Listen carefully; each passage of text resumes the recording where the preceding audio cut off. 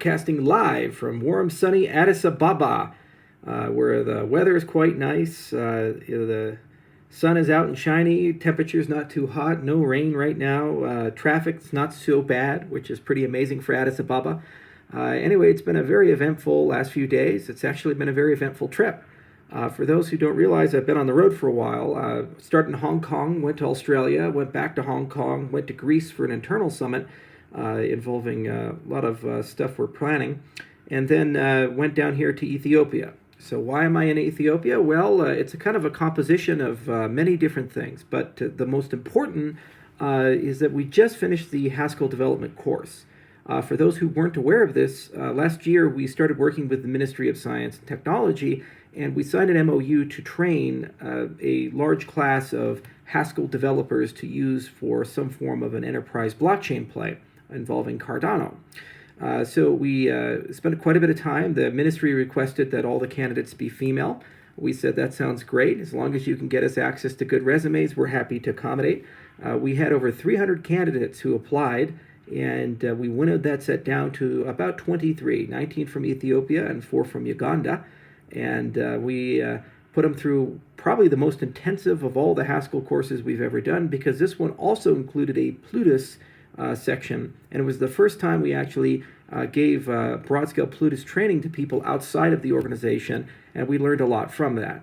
Anyway, the girls worked really hard. A lot of them made tremendous personal sacrifices to attend the course. Some of them had to travel over 2 hours on public transport both ways to get to the class. Some are single mothers. It was really tough, and we're just so incredibly proud of them, because they went from knowing nothing about functional programming and Haskell as a language to become actually fairly accomplished. And they implemented a kind of a toy peer-to-peer system, and they built some interesting applications. So we think that they're going to have just great careers. Our HR director, Tamara Hassan, flew down here with me from Greece, and she's actually been interviewing all 23 of them to see which ones we can bring on board to IOHK and where they can provide some value. But it was just a great, humbling experience, and I'm really proud of Polina and Lars for actually living here in Ethiopia for several months to teach the course. It wasn't done remotely. We came here and drank the water, ate the food, and dealt with the daily traffic and the daily grind. And that's not so easy in Addis Ababa. It's a tough city. So mission accomplished. Tonight we have the graduation ceremony. The great Phil Wadler is here. He gave the last lecture, Propositions as Types. I attended that lecture. I've watched it on YouTube once before, but I never had a chance to actually see it in person. So that was really amazing to be in Ethiopia and learn about Gensen's natural deduction and so forth. So tonight I'll be signing the graduation certificates with the ministry for all the girls, and we wish them really well, and we hope that we can work with them depending upon work-life balance and need and other factors. But it was a real humbling experience. While here, we also met with World Food Program. We met with the Deputy Political Economic Sections Chief. We met with U.S. Department of Commerce. We met with GIZ, German Development Bank. We've had a chance to tour a coffee factory, and that was real interesting. We talked to some domain experts that have been investing in the jurisdiction for the last 15 years, and we're entering phase 2 of our plan in Ethiopia. So to talk about how we enter jurisdictions, we really do this in a 3 to 7 year time horizon, and we kind of have 3 distinct steps. So step 1 is that we establish substance, political goodwill, and basically a labor force within the jurisdiction. So that's what we did with the Ethiopian developer class, and we'll continue to do with future courses. Phase 2 is that we work with local partners, and we look for interesting pilots that are naturally suited for blockchain technology. In the case of Ethiopia, 85% of the economy is agricultural in basis, and there's a huge international demand to massively upgrade the agricultural systems. There's been some really wonderful work that's been done in the recent past. They've already done complete satellite mapping of the entire country, and they've discovered all kinds of aquifers, and they also discovered that only 2 types of fertilizer are being used, and just by making some minor changes there, they've been able to increase yields of crops by more than 100%. But there's still a lot of problems. For example, in the honey industry here, beekeepers tend to have about a 50% loss rate, so they lose about 50% of their yield due to spoilage and other factors. and they don't really have good access to certain markets, so they tend to waste things. For example, the beeswax is in many cases just as valuable as the honey, but some farmers don't even sell it. They just throw it right on the ground. And the machines that they use to refine these things were built by the Italians in the 1950s. So huge demand to start upgrading the honey industry, huge demand to upgrade the coffee industry, and tracking traceability is certainly on everybody's mind. And it's also a great discussion about national identity. Ethiopia is in the market to create a national ID system for all 106 million people, and we hope to be part of that conversation. We'll keep hammering away, and at some point we'll sign some MOUs for specific pilots. As phase 2, these pilots can last months to years. Generally, we hope on the month side, but the goal is to basically derive to a commercial product. And then phase 3 is to set up a public-private partnership and take that product to an entire market vertical. And we generally give that solution away on the front end for free and then monetize it on the back end through transactions. So it's a life's work. It's slow and methodical, but you meet a lot of wonderful people along the way. And if you get it right, you change people's lives. For example, some recent evolution here in Ethiopia was that if simple things like paying utility bills would often take hours, in some cases days, and may even involve a bribe. So if you wanted to pay your power bill, you might be on the phone or talking to people for 4 or 5 hours every month. And in some cases, your power would still get shut off, and you have to pay a few hundred birr to get it turned back on. Well, a company came in and they created a universal solution, so you get all of your utilities in one system. You can pay it very quickly, and gave it away for free to the government. They just monetized it on the back end with transaction fees, and they're wildly profitable, reduced waste, fraud, and corruption, and it made it considerably easier for people to do something as simple as paying their water bill and electric bill. So these are examples of modernization that are coming, and this is one of the fastest growing economies out here in Africa. So we're real excited to be here, and we're going to be here for a long time, and there's going to be a lot to do. Not to be undone, there's a Pan-African focus for Cardano, and we've started talking to Isa Addis, and our hope is to create a program where we can do 190 meetups in 25 African countries by the end of this year.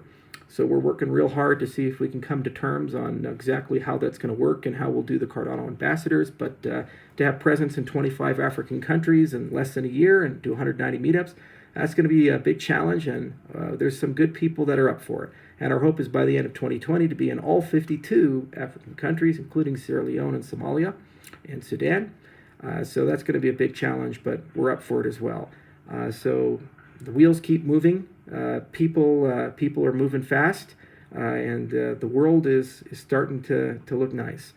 Now, in terms of some updates on the project, Cardano 1.5 just shipped a few days ago. It was on testnet for a few weeks, and now we got it out, and we had to do a slight hot fix for an old issue that we forgot to put in.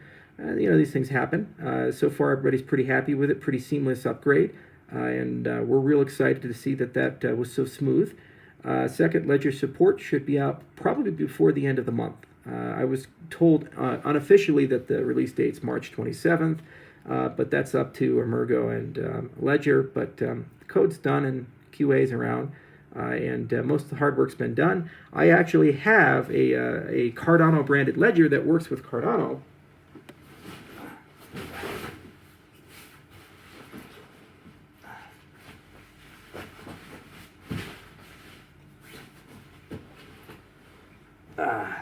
Well, it was somewhere with me. I'll have to grab it. I had it in my suitcase. Well, anyway, I have a cool Cardano branded one that Emergo Hong Kong gave me when I was visiting the Hong Kong office. Which was quite generous of them. And anyway, that's coming pretty soon. So if you're a Ledger fan, sorry for the long wait, but your fish have finally come in, and they're pretty tasty, so you're going to like them. Anyway, testnet's not too far out.